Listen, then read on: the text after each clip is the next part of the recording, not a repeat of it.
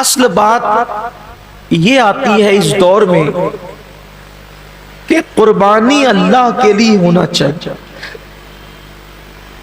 قربانی بلکہ قربانی ہی نہیں، ہر کام اللہ کے لیے ہونا چاہیے. لیکن کل تک شادیوں میں دکھاوا تھا، کل تک ظاہری اعمال میں دکھاوا تھا، اور اب لوگوں کے یہاں عبادت میں بھی دکھاوا پیدا ہو گیا. اور خاص طور پر قربانی کے موقع پر یہ چیزیں زیادہ دیکھنے میں آتی ہے کہ لوگ دکھاوا زیادہ کرتے ہیں، اور لوگ اس پر گفتگو کرتے ہیں کہ اس کا جانور اتنے میں آیا اور اس کا جانور اتنے میں آیا. آپ جانور کتنے کا لاتے ہیں یہ اللہ کے نزدیک اہم نہیں ہے. آپ جانور کتنے کا لاتے ہیں یہ اللہ کے نزدیک اہم نہیں ہے. آپ جانور کیوں لا رہے ہیں یہ اللہ کے نزدیک اہم ہے. اس لیے کہ حدیث پاک میں آتا ہے کہ قیامت کے دن جب انسان کے اعمال کا دفاتر لے کر فرشتے اللہ کی بارگاہ میں پہنچیں گے تو ان کی نیکیاں بہت ساری ہوگی، اور فرشتے پیش کریں گے اللہ یہ کتنی نیکیاں لے کر کے آیا ہے. اللہ فرمائے گا فرشتوں تم نے صرف نیکی لکھی ہے کہ اس نے نیکی کی ہے، تمہاری نظر نیکی پر ہے، میری نظر نیکی کیوں کی ہے اس پر ہے، کیونکہ وہ علیم بذات الصدور ہے، وہ علیم و خبیر ہے. اللہ فرماتے ہیں کہ اس نے کیا کیوں ہے اس پر میری نظر ہے. اے میرے فرشتوں اس نے نیکی تو کی ہے مگر میرے لیے نہیں کی ہے، اس لیے اسے گھسیٹتے ہوئے جہنم کے اندر لے جاؤ. انسان کتنا لگا رہا ہے یہ قیمتی نہیں ہے. کیوں لگا رہا ہے؟ للہ رب العالمین، اللہ کے لیے ہونا چاہیے.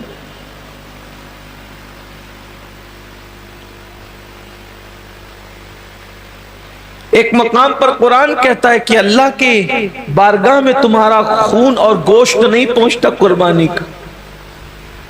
سورہ حج میں اللہ کا ارشاد ہے کہ تمہارا گوشت اور خون اللہ تک نہیں پہنچتا، اللہ تک تو تمہاری دلوں کی نیتیں پہنچتی ہیں، تمہارے دلوں کا تقوی پہنچتا ہے. میرے پیارے آقا صلی اللہ علیہ وسلم کے پیارے دیوانوں، آج کل قربانی الا ماشاءاللہ اس لیے بھی لوگ کرتے ہیں کہ گوشت کھانے ملے گا. گوشت تو ملنا ہی ملنا ہے، گوشت نے جانا کہاں ہے؟ گوشت جائے گا کہاں؟ گوشت تو کھانے، لیکن نیت تو اچھی کرو. ہمارے بزرگوں نے فرمایا کہ اعمال سیکھنے سے پہلے اعمال کی نیت سیکھا کرو، اس لیے کہ مومن کی نیت اس کے عمل سے افضل ہے. نیت المؤمن خیر من عملہ، مومن کی نیت اس کے عمل سے افضل ہے. آپ نے کبھی سوچا کہ ایک کافر 20 سال کفر کر رہا ہے پھر بھی وہ قیامت تک جہنم میں، 20 سال ہی نہیں بلکہ سال بھر بھی کفر کرے تو بھی جہنم میں، 6 مہینہ بھی کافر رہے تو بھی جہنم، اسی حالت پہ مرا تو جہنم میں. ایک دن بھی کفر کیا اور وہ کفر پہ مرا تو جہنم میں. کیوں ہے؟ اور مومن ایک دن مومن ہے اور ایمان پہ خاتمہ ہوا تو جنت میں کیوں ہے؟ عمل کی وجہ سے نہیں بلکہ نیت کی وجہ سے. کافر کفر پر اس لیے مرا کہ جب تک زندہ رہتا کفر پر رہتا، اس لیے ہمیشہ جہنم میں نیت کی وجہ سے. اور مومن جنت میں اس لیے ہے کہ جب تک دنیا میں رہتا ایمان پر رہتا، ایمان پر رہنے کی نیت اس کو ہمیشہ جنت میں رکھ رہی. یہ انسان کی نیت کی اہمیت ہے، یہ انسان کی نیت کی اہمیت ہے کہ رہا تو ایک دن ایمان پر مگر نیت بھی ہمیشہ ایمان پر رہے گا. اس لیے ہمیشہ کی ایمان پر رہنے کی نیت اس کو ہمیشہ جنت میں رکھے گی، اور اس کو ہمیشہ کفر پر رہنے کی نیت اس کو ہمیشہ جہنم کے اندر رکھے گی. پتہ چلا کہ نیتوں پر اجر ملتا ہے. تو آج مومنوں کو، مسلمانوں کو نیت درست کرنے کی، جانور خریدو تو کتنا گوشت نکلے گا یہ دیکھ کر مت خریدو، بلکہ یہ اللہ کے نزدیک قبول ہوگا یا نہیں قبول ہوگا یہ دیکھ کر کے خریدو۔ آج گوشت ہی سب کچھ ہو گیا، اس لیے قربانی کی جو برکتیں ملنی چاہیے وہ برکتیں نصیب نہیں ہو رہی۔ آج میں تھوڑا سا اس پر گفتگو کرنا چاہتا ہوں، نیت پر۔ نیت کا بڑا عمل دخل، جیسی نیت ہوگی، آپ نے سنا ہوگا جیسی نیت ہوگی ویسی برکت ہو۔ اور صرف قربانی ہی نہیں بلکہ سیکھ لیجئے کہ جو بھی عمل کرو اس میں نیت اچھی رکھو، اللہ کے لیے کرو، اللہ کو راضی کرنے کے لیے، کوئی اور نیت نہ ہو، خدا کی رضا ہو، رضا الہی کے لیے۔ حدیث پاک میں آتا ہے کہ بنی اسرائیل میں ایک شخص تھا، وہ راستے سے جا رہا تھا، اس نے راستے سے جاتے ہوئے ایک ٹیلا دیکھا، تو لوگ شاید محتاج تھے اس دور کے یا اس علاقے کے، اس نے سوچا کہ کاش اگر میرے پاس ٹیلے جتنا سونا ہوتا تو میں محتاجوں میں تقسیم کر دیتا۔ یعنی اس نے دل میں نیت کی، بس اللہ نے اس دور کے نبی پہ وحی فرمائی، اس سے کہہ دو کہ یہ ٹیلا سونا خیرات کرنے کا ثواب پا چکا، یہ ٹیلا سونا خیرات کرنے کا ثواب پا چکا۔ کیوں؟ اس نے نیت کی ہے۔ اور اگر بندہ سوچے کہ اگر میرے جیب میں پیسے ہوتے تو میں شراب پیتا، اور واقعی اگر ہوتے تو وہ پی لیتا، نیت کی اس نے، تو شراب پیے بغیر اب اس کو شراب پینے کا گناہ لکھ دیا جائے،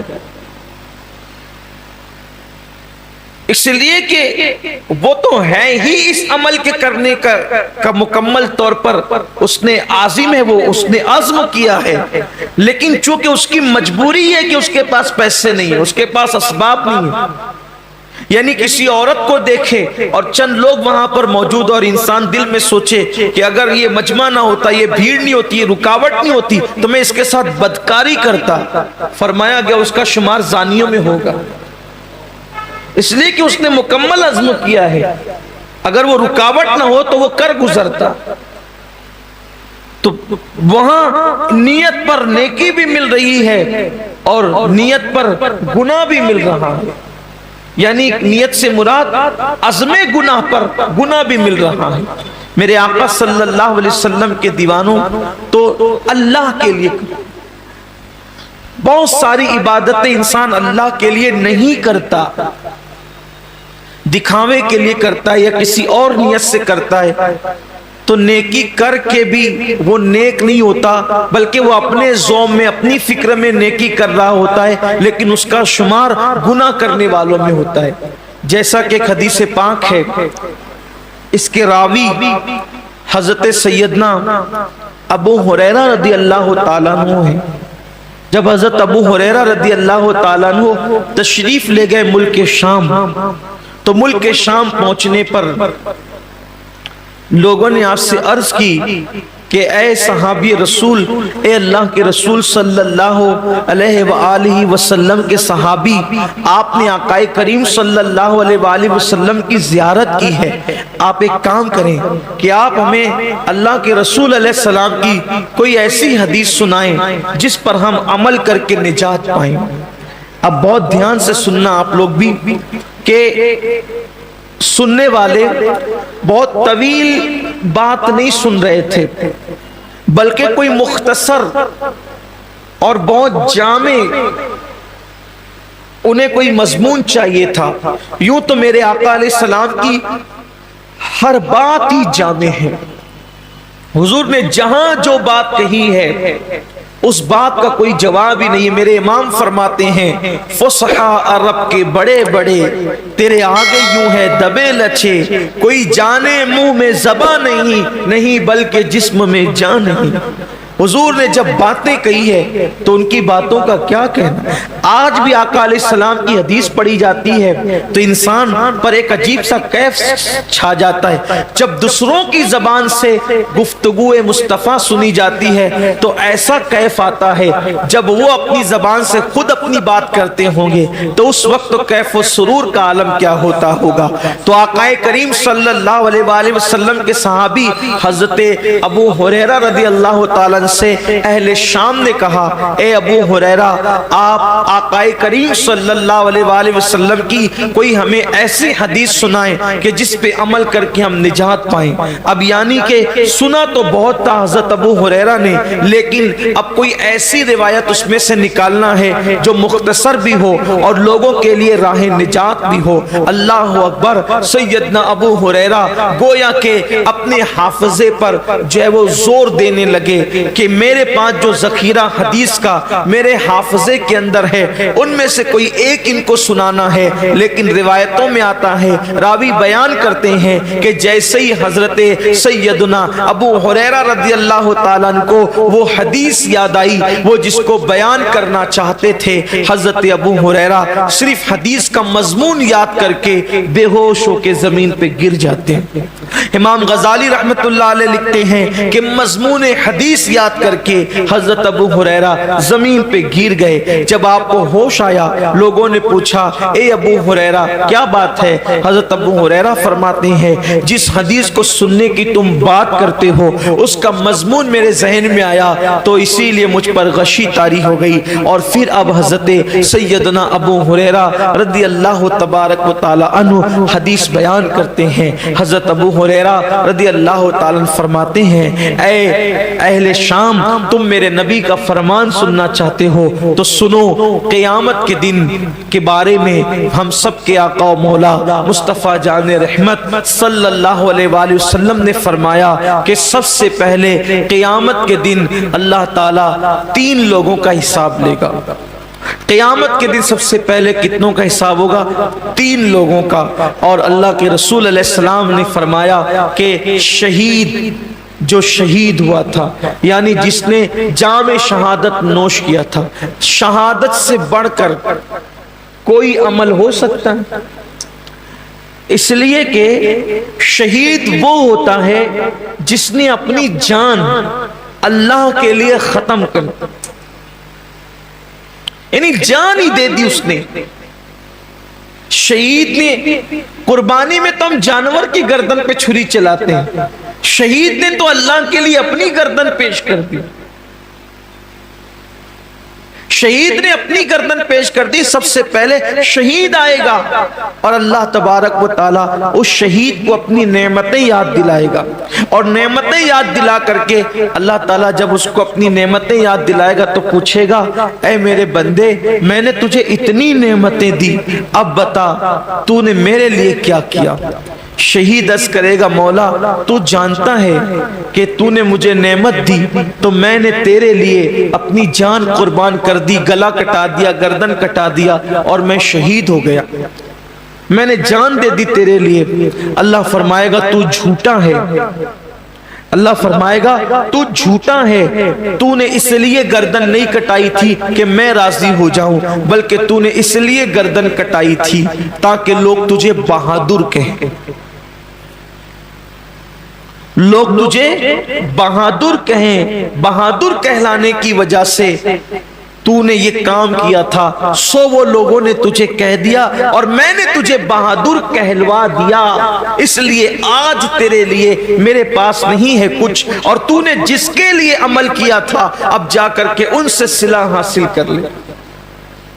گھر کی فریج بھرنے والوں اور گھر کی فریج بھرنے کے لیے قربانی کرنے والوں, یا لوگوں کی جھوٹی شہرت کے لیے قربانی کرنے والوں, ذرا ہوش کے ناخون لو. یہاں تو جانور کی گردن پہ چھری ہے, وہاں تو اس نے اپنی گردن کٹائی.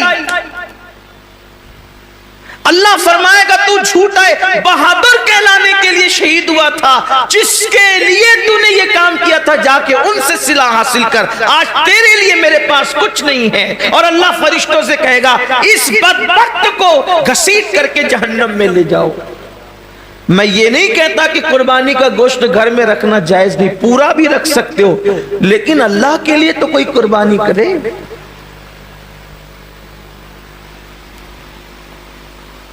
قربانی کا جانور آنے کے بعد خود ہی سے بتاتے پھرتے ہو کہ اتنے کا لائے اور اتنے کا لائے، پوچھا کس نے تھا اتنے کا لائے ہو؟ اور کتنے کا بھی لائے ہو اس کو پسند آ جائے تو کامیاب ہے، ورنہ اور گوشت کی سوا کیا ہے؟ اس کا چرچا مت کرو کہ آپ قربانی کتنے کی کریں، اس لیے کہ کبھی کبھی وہ بہت چھوٹوں کی بھی قبول کر لیتا ہے، بہت چھوٹی قربانیاں بھی وہ قبول کر لیتا ہے، وہ بہت بڑی بڑی بھی رد کر دیتا ہے۔ اللہ کے رسول صلی اللہ علیہ وآلہ وسلم نے ایک جنگ کے موقع پر صحابہ سے فرمایا کہ آج اسلام کو پیسوں کی اور چندے کی ضرورت ہے، سو لاؤ۔ اللہ نے جس کو جتنی حیثیت دی۔ ایک بوڑھی عورت کو پتا چلا کہ اللہ کے رسول نے اسلام کے لیے کچھ طلب فرمایا ہے، تو اس نے ایک یہودی کے گھر جا کر اس سے کہا کہ چند سیر کھجورے مجھے قرض دے دے، میں تجھے لوٹا دوں گی چرخہ کاٹ کے۔ اور جب وہ کھجورے لے کر کے آئی تو سرکار کے ہاتھوں میں دے دیا۔ اللہ کے رسول نے فرمایا کہ جتنا یہ ڈھیر لگا ہے نا چندے کا، اس کی دو دو کھجوریں سارے ڈھیر پہ رکھ دو۔ کمیت میں زیادہ نہیں تھی وہ، یعنی کوانٹیٹی میں زیادہ نہیں تھی، بہت مختصر سی کھجوریں تھی، لیکن سب کے صدقے پر، سب کے چندے پر اس کا چندہ ملا کر کے رکھا گیا۔ پوچھا گیا یا رسول اللہ سب کا ایک ایک جگہ رکھا اور اس کا سب پر پھیلا دیا؟ حضور نے فرمایا اس بڑھیا کا اخلاص اتنا ہے کہ اس کے صدقے میں اللہ نے سب کا قبول کر لیا ہے۔